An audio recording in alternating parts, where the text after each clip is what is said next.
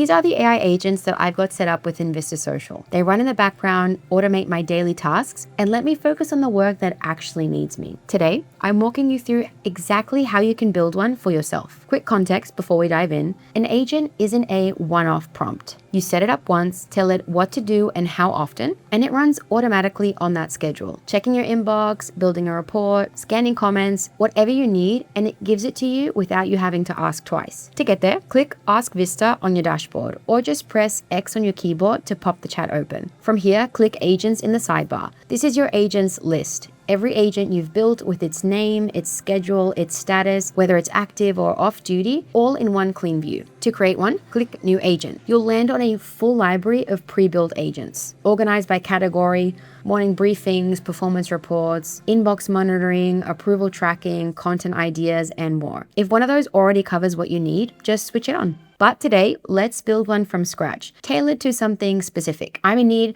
of an agent that helps me stay on top of my inbox. One that checks every morning for messages that have gone unanswered for too long, so nothing important slips through the cracks. Here's the whole trick. You describe it in one plain sentence, something like, every morning at 8 a.m., check my inbox for messages that have gone unanswered for more than 4 hours and flag them for me to respond to. Notice that sentence names 3 things: when it runs, what it's checking, and what it hands back. The more specific you are, the better the agent performs. Vague instructions get a vague agent. Next, set the control level. This is your safety dial. Watches and reports. It looks and tells you what it found but touches nothing. Drafts for approval. It prepares something and waits for your yes. Acts with consent. It can take action but still confirms before anything goes public. Start every new agent on watches and reports. You can always loosen the leash later once you trust it. Then lock in your schedule and scope it to the right profiles. I'd recommend starting with one account rather than your whole roster, so the first run is easier to check. Save it and flip it to active.